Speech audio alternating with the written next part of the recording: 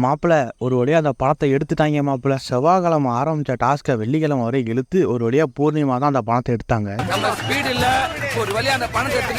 இவங்க எடுத்தது பெரிய சர்ப்ரைஸா இல்ல, ஏன்னா இவங்களுக்கு வெளியில நிறைய ஹேட்டட் இருக்கு, இவங்க டைட்டில் அடிக்க மாட்டாங்க அப்படிங்கிறது இவங்களுக்கே தெரியும். ஆனா அவங்க இதை எப்படி எடுத்தாங்க, என்ன பிளான் பண்ணி எடுத்தாங்க அப்படிங்கிறது எல்லாத்தையுமே இந்த வீடியோ நம்ம அலசி ஆராயலாம். எனக்கே இது புரியாம இப்பதான் கொஞ்சம் புரிஞ்சிருக்கு. இன்னைக்கு எபிசோட் ஸ்டார்டிங்ல இருக்கும்போது 13 லட்சம் இருந்துச்சு. அப்பவே பூர்ணிமா எடுக்கிற மைண்ட் செட்டுக்கு வந்துட்டாங்க. மாயா கிட்ட போயிட்டு நான் இல்லாம நீங்க ஆடிடுவீங்களா, தனியா ஆடிடுவீங்கல்ல அப்படின்னு சொல்லி ஆறுதெல்லாம் பண்ணிட்டு இருக்கேன். கட் பண்ணா கொஞ்ச நேரத்திலேயே 13 லட்சம் 15 லட்சமா மாறிடுச்சு.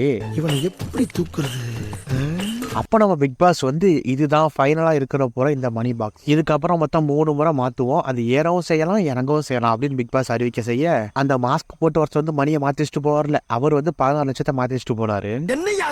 அப்போ பூர்ணிமா நான் அதை எடுக்க போகிறேன் எல்லாரையும் கூப்பிடுங்க அப்படின்னு சொல்லவும், மணியெல்லாம் குளிச்சுக்கிட்டு இருந்தாரு. அப்போ விஷ்ணு போய் மணிக்கிட்ட எப்பா நீ போய் எடுத்துருப்பா சீக்கிரம் வாப்பா அப்படின்னு சொல்லவும், மணி எனக்கு அது வேண்டாம் நான் அந்த பணம் எடுக்க போறது இல்லை அப்படின்னு சொல்லிட்டாரு. பூர்ணிமா நான் எடுக்கிறேன்னு சொல்லிட்டு சும்மா சுற்றிக்கிட்டு தான் இருந்தாங்க, பணப்பெட்டியெல்லாம் எடுக்கல. பட் ஆனால் அந்த கேப்ல போய் மணி எடுத்திருந்தாரு வேற மாதிரி இருந்திருக்கும். நான் ஒரு பிரின்சிபலோட வாழ்றேன், புரியல, கோடு போட்டு வாழ்றவங்க. பட் ஆனா அவரும் எடுக்காம ஃபைனலா ஒரு வழியா பூர்ணிமாவை எடுத்து இந்த வீட்டை விட்டு வெளியேறிட்டாங்க.